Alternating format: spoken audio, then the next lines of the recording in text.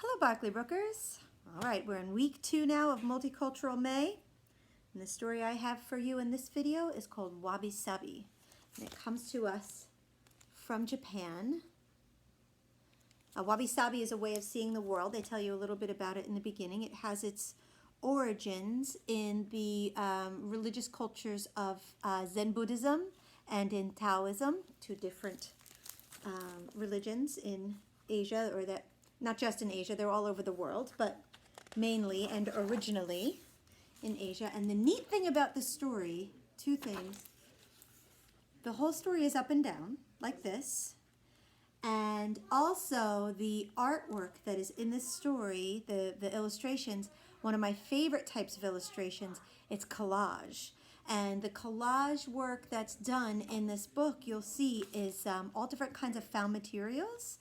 And a lot of it has been aged over time. So it's really super, super special illustrations in this story of Wabi Sabi. And in the beginning, it tells us, Wabi Sabi is a way of seeing the world that is at the heart of Japanese culture.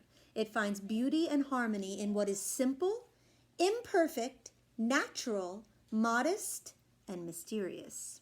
It can be a little dark, but is also warm and comfortable. It may be best understood as a feeling rather than an idea. That's Wabi Sabi. So the story is told by Mark Reibstein, and the art is by Ed Young, who is a very, very, very fine illustrator.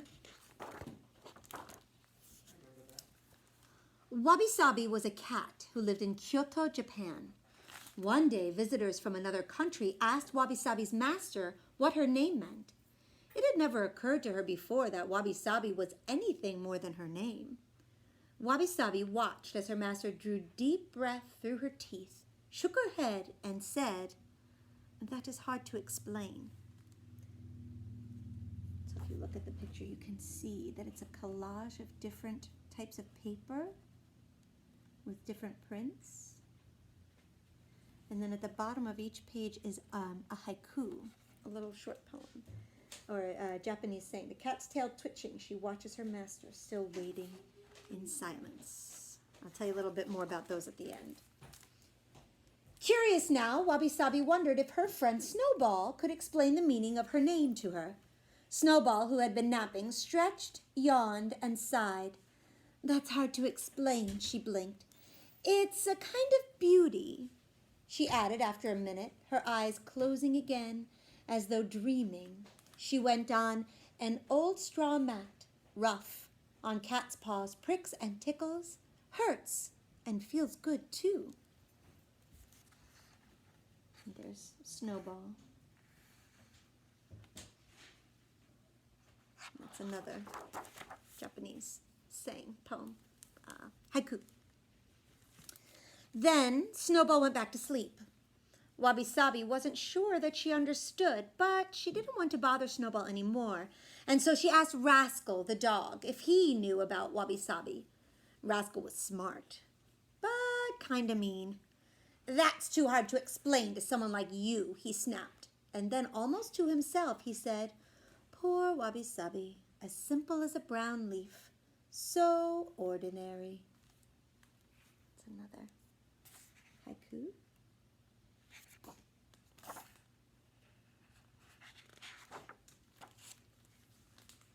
"Now I'm even more confused," sighed Wabi Sabi. "Am I beautiful or ordinary? Can anyone explain Wabi Sabi to me?" she cried. A bird flying by thought the question was for her. "That's hard to explain," she said to Wabi Sabi. "But there is someone who can help you. His name is Kosho, and he lives on Mount Hiei to the east." A wise old monkey living among the pine trees knows Wabi Sabi. Another. And there's the bird. If you look carefully at this picture, you can see the pine needles. Beautiful. "Thank you," said Wabi Sabi, and off she went to learn what her name meant. To get to Mount Hiei, she had to cross through the city. Dazzled by big buildings, shiny glass, and sleek cars, awed by the busy, sharply dressed people, She wondered if these pretty things could be Wabi Sabi. She decided that if her name was true to her, it must be softer, quieter, darker. Even in cities before the shock of new light, the colors of dusk. There you go. You got some photography here mixed with some upcycled paper. Pretty cool. A short time after Wabi Sabi entered the woods, she arrived at the foot of Mount Haie. The woods were dark now, so hoping to find Kosho in the morning, she curled up beneath an old pine tree and went to sleep. She awoke to the sounds of a stick stirring and tapping. A warm bowl of tea offered by a monkey, please. Steam rising gently. There he is. There's the tea. That's another haiku type of poem. Very glad to have the tea and the company, she said, "Thank you. My name is Wabi Sabi." "That's wonderful," the monkey replied. Encouraged, she asked, "Do you know what that means?" "Well, that's," he began. "I know, hard to explain," she said, but he went on. "The pale moon resting on foggy water. Hear that splash? A frog's jumped in."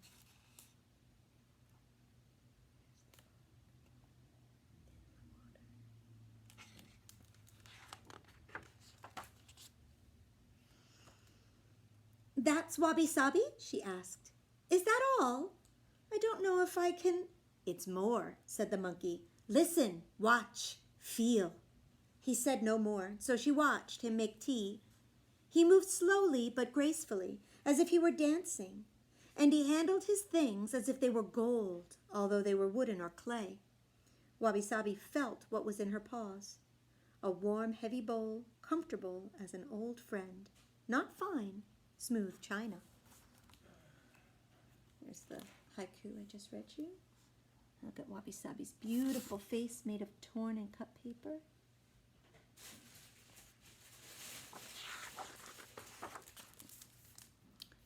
She looked carefully at the woods surrounding them. There was so much life, as in the city, but here things were not clean, neat, or sharp-edged.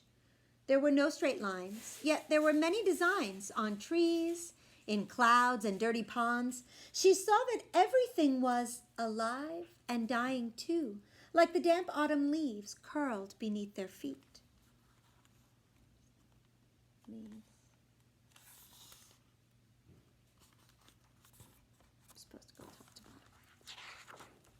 It's Japanese writing, it's top to bottom. "Simple things are beautiful," she heard the monkey say as he poured more tea for her. Looking down at the tea in her bowl, seeing herself plain and beautiful, she whispered, "Now I understand." She is looking, that's her reflection in the tea in her bowl. It looks upside down, but it's like she's looking down into her bowl. After some time, Wabi Sabi thanked her new friend and started back for home. Because she did not hurry, she found a place called Ginkakuji, the Silver Temple. There was nothing silver there, but she found the place to be very beautiful, in a wabi-sabi kind of way. Although the buildings and gardens were shaped by humans, they were neither fancy nor grand. Moved by the natural simplicity of the place, Wabi Sabi composed 3 short poems about what she saw. And her poems are coming up.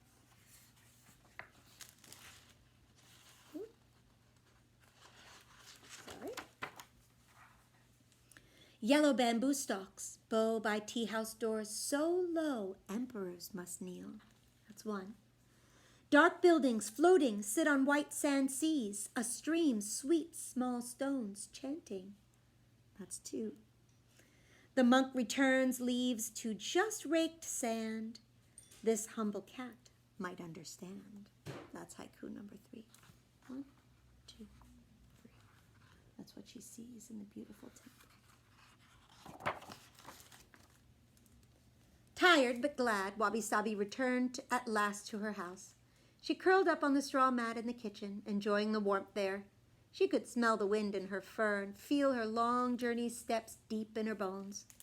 The sun's last rays stretch, a silver brushstroke shivers on warm, clouded glass.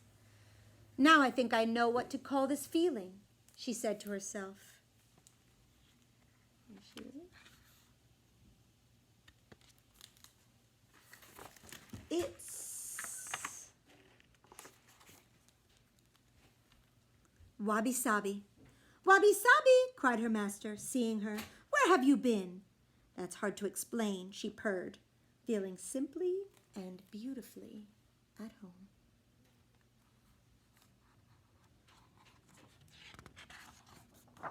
And so at the back of this book, it tells you the history of Wabi Sabi, where it came from. It has a lot of dates and a lot of very specific information, but it's kind of what I said in the beginning, that it's an ancient way of understanding, and it came from Taoism and Zen Buddhism.